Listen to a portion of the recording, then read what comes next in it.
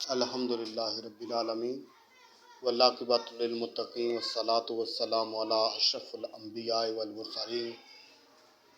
علی ذالک من الشاہدین و الشاکرین۔ اللہ تبارک و تعالیٰ نے نماز ہر دور میں ہر نبی پر فرض کی، لیکن اس کے طریقہ کار علیحدہ علیحدہ تھے۔ گویا پڑھتے سبھی رہے ہیں، لیکن یہ جو سجدوں والی نماز ہے،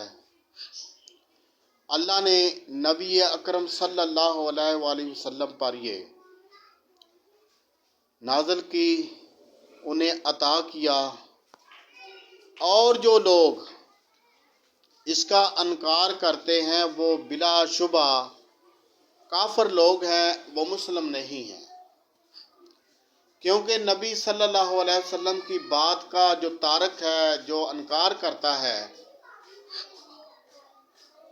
وہ کافر ہو سکتا ہے اور کوئی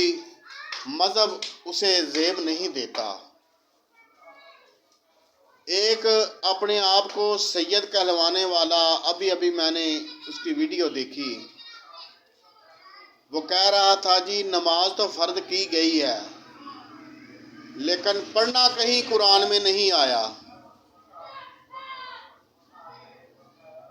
قرآن میں تو بار بار اسے قائم کرنا آیا ہے، لیکن تیرے دماغ میں یہ سبق نہیں آیا کہ قائم کرنا کس کو کہتے ہیں۔ تو کہتا ہے میں نہیں پڑھوں گا، اس کا مطلب ہے تو یہ بتانا چاہتا ہے کہ میں سید ہوں اور نماز نہیں پڑھتا، لیکن یہ یاد رکھنا کہ تو اگر نماز نہیں پڑھتا، تیرے نماز نہ پڑھنے سے اللہ اور اللہ کے رسول کو کوئی نقصان نہیں ہوگا، البتہ تجھے ہی گناہوں کی اس دلدل میں گھیر کر شیطان اس آگ میں پہنچا دے گا جس آگ کا تجھ سے میرے اللہ نے وعدہ کیا ہے کہ میں ظالموں کے لیے وہ سزا دوں گا جسے عذاب النار کہتے ہیں، عذاب عظیم کہتے ہیں، عذاب غلیظ کہتے ہیں، عذاب شدید کہتے ہیں۔ تو اپنے آپ کے چار بال رکھ کر اپنے آپ کو سمجھتا ہے کہ میں بہت بڑا سید ہو چکا ہوں۔ سید کہاں سے آ گیا تو؟ اپنے اعمال تو سیدھے کر، اپنے اعمال کو دیکھ۔